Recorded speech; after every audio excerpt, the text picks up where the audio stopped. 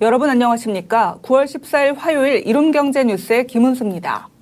현지 시간 13일 뉴욕 증시는 최근 5거래일 연속 지수 약세에 따라 저가 매수세가 유입됐음에도 혼조세로 마감했습니다. 소비자 물가지수 발표, 애플 아이폰 공개 등 주요 이벤트를 앞두고 대기 심리가 확대된 것으로 보입니다. 자세한 국내외 주요 이슈입니다. 이날 뉴욕 증시에서는 다우지수 0.76%, S&P 500 0.23% 올랐고 나스닥은 0.07% 내린 채 마감했습니다. S&P 500의 11개 업종 가운데 8개가 올랐는데 유가 강세에 힘입어 특히 에너지주의 상승세가 두드러졌습니다. CNBC는 지난주 코로나19 하루 평균 신규 확진자 수가 13만 6천 명으로 이전 일주일 하루 평균 15만 7천 명에 비해 2만 1,000명 감소했다고 전했습니다. 또한 미 백신 접종률을 크게 높여줄 12세 미만 백신 접종 허가도 이달 중으로 나올 것이라고 보도했습니다.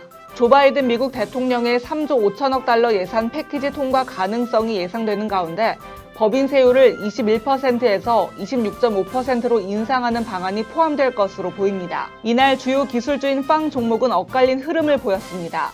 지난 금요일 3% 이상 하락했던 애플 주가는 다음날 예정된 신제품 공개를 앞두고 0.8%가량 상승했습니다. 반도체주도 엇갈린 흐름을 보였습니다. 나이키 주가는 BTIG가 투자 의견을 매수해서 중립으로 하향했다는 소식에 2%가량 하락했습니다. 유럽 증시는 5일 만에 상승 마감했습니다. 영국 런던 증시는 전장보다 0.56% 올랐고 프랑스 깍그는 0.20% 상승, 독일 닥스는 0.59% 오르며 거래를 마쳤습니다. 중국 기술 기업에 대한 우려가 여전히 투자 심리를 위축시킨 영향으로 중국 증시는 현지 시각 13일 혼조세로 마감했습니다. 상하이 종합지수는 전일 대비 0.33% 오른 3,715.37포인트를 기록했습니다. 한국거래소는 오늘 SK리츠가 코스피 시장에 신규 상장할 예정이라고 밝혔습니다. 네, 코스피가 이틀째 이어지고 있는 외국인과 기관 매수에 힘입어 오르면서 출발했습니다. 기관이 대형주 위주로 매수에 나서고 있는 가운데 코스닥은 오늘은 상승세를 보이면서 개인의 사자세에 힘입어 반등하고 있습니다. 네, 이 시각 현재 코스피는 어제보다 19.25포인트 상승한 3,147.11포인트로 코스닥은 7.5포인트 오른 1,033.84포인트로 거래되고 있습니다. 외국인과 기관이 함께 물량을 담아내고 있습니다. 지난밤 뉴욕 증시는 8월 소비자 물가지수 발표를 앞두고 경계 심리가 커진 가운데 코로나19 우려가 다소 완화된 영향으로 혼조 마감했습니다. 시가총액 상위 종목 살펴보면 오르는 종목이 더 많은 가운데 여행사들이 속속 정상 근무를 재개하면서 여행주들이 상승하고 있고요. 정제 마진이 2년 만에 최고치를 기록하면서 정유주가가 강세를 보이고 있습니다. 업종별로 살펴보도록 하겠습니다. 유가 증권 시장에서 은행 업종이 가장 높은 상승률을 기록 중인 반면에 비금속 광물 업종은 가장 크게 조정을 받고 있습니다. 이 시각 현재 일본 증시는 오르면서 거래되고 있습니다.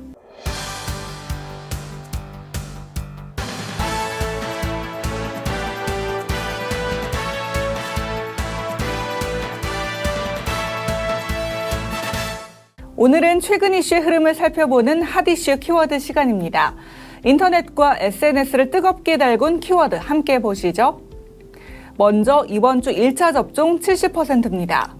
코로나19 백신 접종에 속도가 붙으면서 이번 주 1차 접종률 목표인 전 국민 70%를 달성할 걸로 보입니다. 10일 0시 기준 1차 접종자 수는 3,313만여 명으로 전체 인구의 64.5%를 기록했습니다.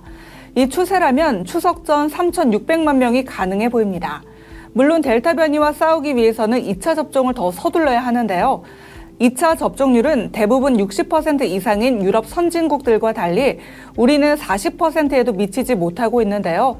정부는 추석 이후 2차 접종 대상자들도 SNS를 통해 손쉽게 잔여 백신을 예약해 접종 일정을 앞당길 수 있도록 할 예정입니다. 두 번째로는 1차 슈퍼 위크입니다. 민심과 당심을 모두 확인할 수 있어 대선 경선 승부처로 불린 1차 슈퍼위크에서 이재명 후보가 과반 득표율을 기록했습니다.